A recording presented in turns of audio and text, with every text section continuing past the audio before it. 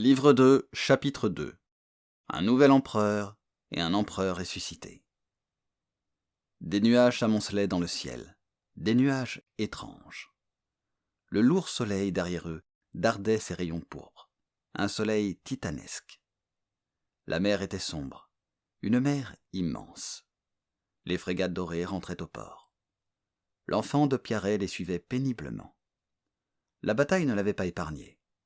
Aux rames se trouvaient des esclaves morts, aux mâts des lambeaux de voile, sur les ponts des hommes noircis par la fumée, et sur ce qui restait de la passerelle, un nouvel empereur. Seul l'empereur exultait. C'était son pavillon désormais, et non plus celui d'Eldric, qui flottait au grand mât. En effet, à peine avait-il annoncé la mort d'Eldric, qu'il s'était proclamé empereur de Melniboné. Pour Hyrkoun, ce ciel étrange augurait une mutation, un retour aux anciennes coutumes et à la gloire passée de l'île aux dragons. La voix qui lançait des ordres était une voix d'exalté. L'amiral Magnum Kolim, qui s'était toujours méfié d'Elric et qui devait maintenant obéir aux ordres d'Hyrkoun, se demanda s'il ne serait pas préférable de faire d'Hyrkoun ce qu'Hyrkoun lui-même avait fait d'Elric, du moins ce qu'il le soupçonnait d'avoir fait. Divinvar était appuyé au bastingage de son navire, le bonheur de Terali. Il scrutait aussi le ciel, dans lequel il voyait par contre un mauvais augure, car il pleurait Elric, et imaginait la vengeance que celui-ci pourrait exercer sur le prince Hyrkoun, si jamais l'on devait découvrir qu'Hyrkoun avait tué son cousin pour usurper le trône de Rubis. Melniboné apparut à l'horizon. Sombre silhouette rocheuse, monstre tapi à la surface de l'eau, qui rappelait les siens aux joies du foyer, aux joies d'Imrir, la cité qui rêve. Les hautes falaises se dressèrent devant eux.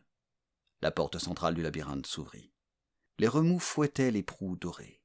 Les navires furent happés par l'obscurité humide du tunnel, où flottaient encore quelques épaves, dernier témoignage de l'affrontement de la nuit précédente.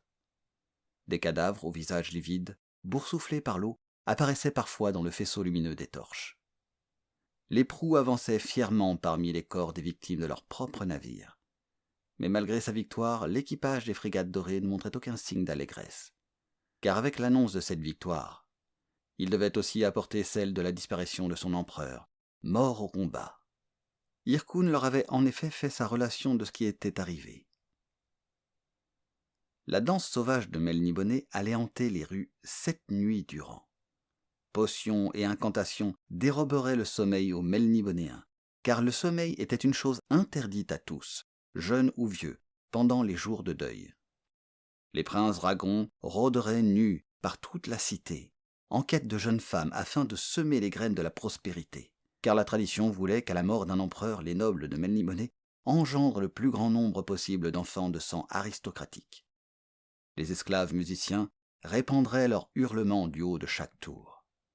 D'autres esclaves seraient tués, d'autres encore mangés. C'était une danse redoutable que cette danse de la misère. Elle emportait autant de vie qu'elle en engendrait. Une tour serait abattue, une autre serait érigée en l'espace de 7 jours, qui aurait pour nom la tour Elric III, l'empereur albinos, victime de la mer, mort en défendant Melniboné contre les pirates du Sud, victime de la mer, emporté par ses flots.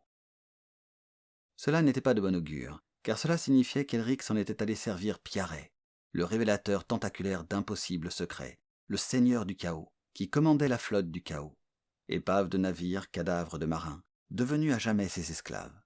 Et ce destin ne pouvait décemment être celui d'un prince de la lignée royale de Melniboné. Mais les jours de deuil seraient longs, pensa Divinvar. Il avait aimé Elric, bien qu'il ait parfois pu désapprouver sa méthode de gouverner l'île aux dragons. Cette nuit, il s'en irait en secret dans les cavernes célébrer le deuil avec les dragons endormis qui, maintenant qu'Elric n'était plus, étaient tout ce qui lui restait à aimer. Puis Divinvar pensa à Simoril, qui attendait le retour d'Elric. Les navires se profilèrent dans la lumière incertaine du crépuscule. Torches et brasieros étaient déjà allumés sur les quais déserts d'Imrir. Seul un petit groupe était là, autour d'un char, à l'extrémité du môle central. Un vent froid soufflait. Divinvar savait que c'était la princesse Simoril avec ses gardes, attendant la flotte. Bien que la frégate amirale n'arrivât que la dernière, les autres navires durent attendre qu'elle fût amarrée. Si la tradition ne l'avait pas exigé ainsi, Divinvar serait descendu à terre pour aller parler à Simoril et lui dire ce qu'il savait des circonstances de la mort d'Elric. Mais ce fut impossible. Avant même que le bonheur de Terali eût jeté l'ancre, la passerelle de l'enfant de Piaret avait été mise en place et l'empereur Irkun était descendu triomphalement pour saluer sa sœur d'un geste vainqueur. Mais Simoril cherchait toujours des yeux son albinos bien-aimé sur le pont des navires. Soudain, Simoril comprit qu'Elric était mort, et soupçonna aussitôt Irkun d'être responsable, d'une façon ou d'une autre, de cette mort. Irkun avait soit laissé aux pirates du Sud le soin d'abattre Elric, soit pris lui-même le soin de le tuer. Elle connaissait son frère. Elle connaissait aussi cette expression de son visage. Une expression de satisfaction. La satisfaction qu'il éprouvait toujours lorsqu'il venait de réussir un acte de trahison, ou un autre du même genre. Un éclair de colère passa dans ses yeux emplis de larmes. Elle renversa la tête en arrière et cria vers les cieux tourmentés. « Ah ! Irkun l'a tué !» Ses gardes la regardèrent, consternés. Le capitaine lui demanda avec sollicitude. « Madame disait... »« Il est mort. Et c'est ce frère ignoble qui l'a tué. Emmenez-le prince Irkun, capitaine. Tuez-le, capitaine !» Le capitaine à contre-cœur porta la main droite sur la garde de son épée. Un jeune soldat, plus impétueux, tira sa lame en murmurant. « Je le tuerai, princesse, si tel est votre désir. » Le jeune soldat aimait Simoril d'un amour irraisonné. Le capitaine lança au soldat un regard d'avertissement, mais celui-ci refusa de le voir. Deux autres tiraient leurs épées lorsqu'Irkun, avec sa cape rouge, son aume dont le cimier réfléchissait la lumière des flammes, tourmenté par le vent, s'avança et cria « Irkun est désormais l'empereur !» « Non !» hurla sa sœur. « Elric, où es-tu ?»« Il sert son nouveau maître, Piaret du chaos. Ses bras morts manœuvrent les rames d'un navire du chaos, ma sœur. Ses yeux morts ne voient plus rien, ses oreilles mortes n'entendent plus que le claquement des fouets de Piaret. Et sa chair morte s'humilie. Elle ne sent rien, sinon ce fouet qui n'est pas de ce monde. Elric a sombré avec son armure dans l'abîme de la mer. « Assassin ! Traître !» cria Simoril à travers ses sanglots. Le capitaine, qui était un homme pratique, murmura à ses soldats. « Rengainez vos épées et saluez le nouvel empereur. » Le jeune garde épris de Simoril fut le seul à ne pas s'exécuter. « Il a tué l'empereur ! La princesse Simoril elle-même l'a dit. »« Et alors ? Il est l'empereur maintenant. Mets-toi à genoux, ou tu seras tué sur le champ. » Le jeune soldat poussa un hurlement féroce et bondit vers Irkun, qui recula, tentant de dégager ses armes des replis de sa cape. Il ne s'attendait pas à ce genre d'incident. Puis le capitaine, à son tour, fit un bond en avant, et de son épée frappa le jeune homme, qui fit entendre un râle d'agonie, puis tomba aux pieds d'Irkun. Le capitaine venait de confirmer sa puissance. Irkun esquissa un sourire de satisfaction en regardant le corps gisant à terre. Le capitaine s'agenouilla, tenant toujours dans sa main son épée sanglante. « Mon empereur, dit-il. Vous venez de démontrer votre loyauté, capitaine. Ma loyauté au trône de rubis. Assurément. » Simoril frémissait de dépit et de rage. Mais cette rage était impuissante. Elle comprit qu'elle n'avait désormais plus aucun ami. L'empereur Irkun s'avança vers elle, avec un regard lubrique. Il étendit son bras et lui caressa le cou, la joue, la bouche. Il laissa retomber ce bras en frôlant ses seins. « Ma sœur, dit-il, tu es à moi tout entière maintenant. » Et ce fut au tour de Simoril de tomber aux pieds d'Irkun. Elle avait perdu connaissance. « Relevez-la !» ordonna-t-il aux gardes. « Ramenez-la à sa tour et veillez à ce qu'elle ne s'en échappe pas. 2 gardes la surveilleront sans relâche, même dans ses moments d'intimité, car elle risque d'ourdir quelque complot contre le trône de rubis. » Le capitaine s'inclina et fit signe à ses hommes d'obéir à l'empereur. « Oui, monseigneur, vos ordres seront exécutés. » Irkun jeta un nouveau coup d'œil sur le cadavre du jeune soldat. « Et donne celui-là à ses esclaves pour leur repas de ce soir. Il l'aura ainsi servi jusqu'à la fin. » Il sortit. Le capitaine sourit aussi en entendant cette plaisanterie. Il était heureux à l'idée que Melniboné allait de nouveau avoir un empereur véritable. Un empereur qui savait quelle attitude adopter, qui savait comment traiter l'ennemi, et qui considérerait la loyauté inébranlable de ses sujets comme un dû.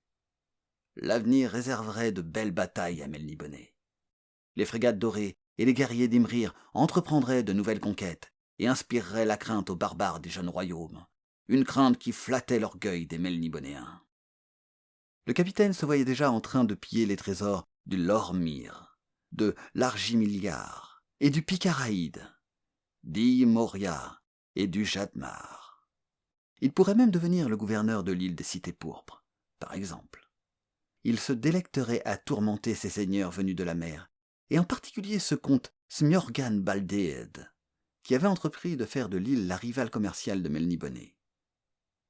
Le corps inerte de la princesse Simoril qu'il ramenait à sa tour alluma ses désirs.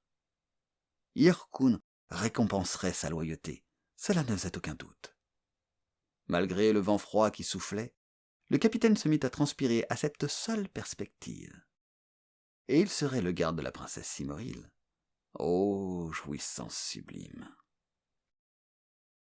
D'un air important, Irkun avançait à la tête de son armée vers la tour d'Arputna, la tour des empereurs, où se trouvait le trône de rubis.